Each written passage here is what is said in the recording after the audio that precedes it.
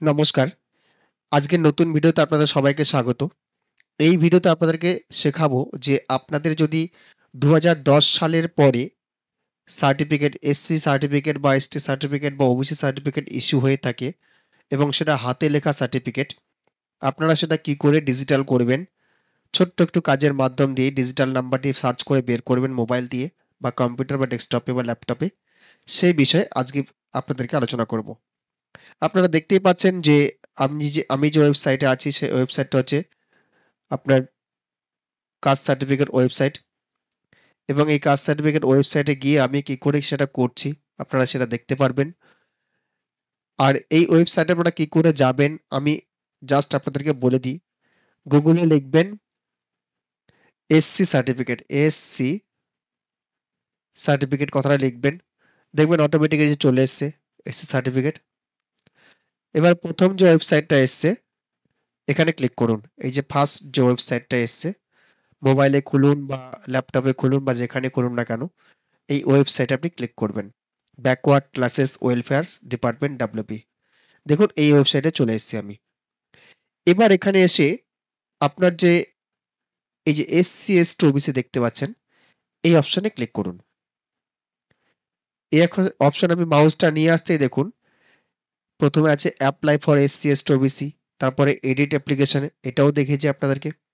তারপরে application check, কি করে অ্যাপ্লিকেশন স্ট্যাটাস চেক করবেন সেটাও আপনাদেরকে দেখিয়েছি। চেক সার্টিফিকেট, এই অপশনে আপনাদের যেতে হবে।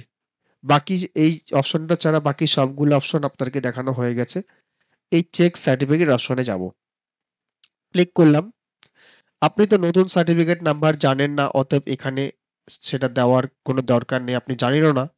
আপনার পুরনো সার্টিফিকেট আছে এবং হাতে লেখা সার্টিফিকেট আছে।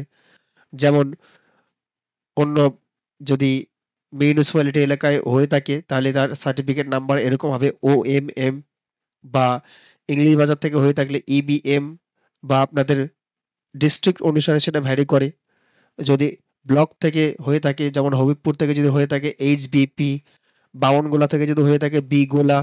তো এরকম অনুসারে আপনাদের ব্লকে, শুধু মালদা ডিস্ট্রিক্টের বলে নয়, সমস্ত ওয়েস্ট বেঙ্গলের ক্ষেত্রেই যে ব্লক থাকবে সেই ব্লকের নেম অনুসারে বা মিউনিসিপ্যালিটি অনুসারে ওই সমস্ত সার্টিফিকেট নাম্বারগুলো ওইভাবে দেওয়া হয়েছিল ওই টাইমে। তো তারপরে সেটা অনলাইনে এন্ট্রি করে ডিজিটাল নাম্বার ইনপুট করা হয়েছে। সেই নাম্বারটা আপনারা কি করে সার্চ করবেন সেটাই দেখাবো আপনাদেরকে। আপনাদের সার্টিফিকেটে দেখবেন তো এরকম একটা নাম্বার দেওয়া আছে। আমি আপনাদেরকে টাইপ করে দেখাচ্ছি একটা। ধরুন এখানে যদি টাইপ করি আমি, দেখুন আমি এরকম একটা নাম্বার এখানে ইনপুট করেছি। এরকমই নাম্বার দেয়া থাকে। তো আপনারা এরকম নাম্বার দেখতে পেলে উপরের দিকে এই নাম্বারটা ইনপুট করবেন। ইনপুট করে year of issue, year of issue দেখবেন সেখানে ডান দিকে ইয়ার অফ ইস্যু হাতে লেখা আছে। আমি ইয়ার অফ ইস্যুটা চুজ করে নিচ্ছি। তারপর কোথার থেকে ইস্যু হয়েছিল, ইস্যু অথরিটি, নিচের দিকে দেখবেন সিল মারা থাকে অথরিটির নাম। আশা করছি বেশিরভাগ ক্ষেত্রে এসডিও হয়। আমার ক্ষেত্রে এখানে মালদা এসডিও হবে, আমি এখানে মালদা এসডিও করে দিলাম। এবার এখানে সার্চ বাটনে ক্লিক করছি। এই যে সার্চ বাটন দেখতে পাচ্ছেন, এই সার্চ বাটনে ক্লিক করছি। ক্লিক করতেই দেখুন আমার এখানে দুটো সার্টিফিকেট নাম্বার কিন্তু দেখিয়ে দিচ্ছে। এখানে একটা আমার আছে আর একটা অন্যজনের আছে। এই সার্টিফিকেট নাম্বারই আছে, কিন্তু ডেট অফ ইস্যুটা কিন্তু অন্য আছে। দেখুন এখানে একটা ডেট অফ ইস্যু আছে, এখানে একটা ডেট অফ ইস্যু আছে। যেহেতু উপরেরটা আমার, আমার দরকার হচ্ছে এটাই। এখানে আমি ভিউ সার্টিফিকেটে ক্লিক করে আমার পুরনো সার্টিফিকেট অর্থাৎ হাতে যেটা থাকবে সেই সার্টিফিকেটই দেখাবে। আমি এখানে যদি ক্লিক করি, আমি পরে ক্লিক করে দেখাচ্ছি।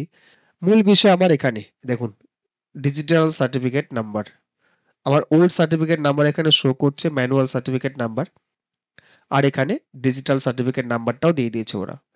ডেট অফ ইস্যু দিয়ে দিয়েছে, আমার এখানে নামটা পুরোপুরি দিয়ে দিয়েছে, নাম এবং বাবার নাম, মেল না ফিমেল, অ্যাড্রেসটা দিয়ে দিয়েছে এবং কোন ক্যাটাগরি সেই ক্যাটাগরিতে দিয়ে দিয়েছে। এবার আমি যদি দেখুন ভিউ সার্টিফিকেট করছি, ভিউ সার্টিফিকেট করতেই একটু লোডিং নেবে, লোডিং নিয়ে দেখুন পুরনো সার্টিফিকেট আমার হাতে যেটা আছে সেটাই কিন্তু দেখিয়ে দিচ্ছে। এবার এখানে দেখতে পাচ্ছেন যে সার্টিফিকেট নাম্বার OMM 210-13 এটা আছে, আর এখানে ডেটও দেওয়া আছে। আমি ছবিটা ব্লার করে রাখবো, বাকি এন্ট্রিটাও ব্লার করে রাখবো, বাকিগুলো নিচে এবং উপরে দেখতে পাবেন। যাই হোক, এই হচ্ছে সার্টিফিকেট, এরকম থাকে। আপনারা চাইলে কিন্তু নিজেই সেটা করতে পারেন, যে কোনো মোবাইল দিয়ে সেটা করতে পারেন। তো এবার আপনার যদি মনে হয় আপনি সার্টিফিকেট দিয়ে শুধু একটা নাম চুজ করবেন, এখানে সার্টিফিকেট নাম্বারটা কপি করে নেবেন আপনি, বা এটা কোথাও লিখে নেবেন সার্টিফিকেট নাম্বারটা, বা প্রিন্ট করে নিতে পারেন।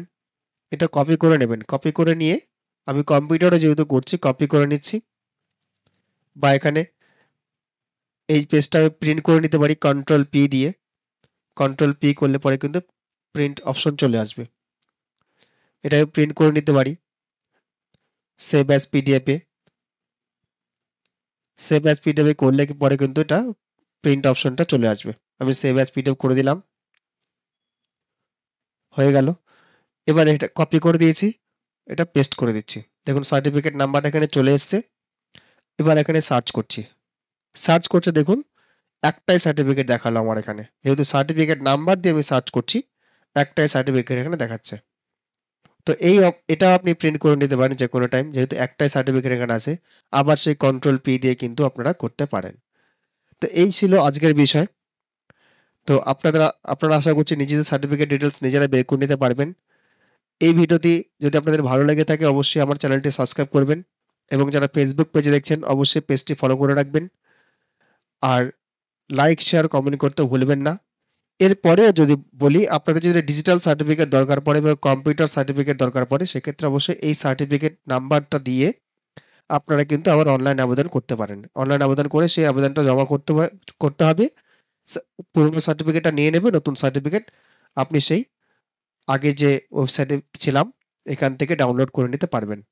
অর্থাৎ এই যে ডাউনলোড সার্টিফিকেট, এখান থেকে কিন্তু ডাউনলোড করে নিতে পারবেন ডিজিটাল সার্টিফিকেট।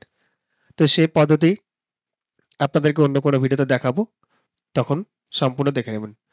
ভিডিওটা এখানে সমাপ্ত করছি। ধন্যবাদ।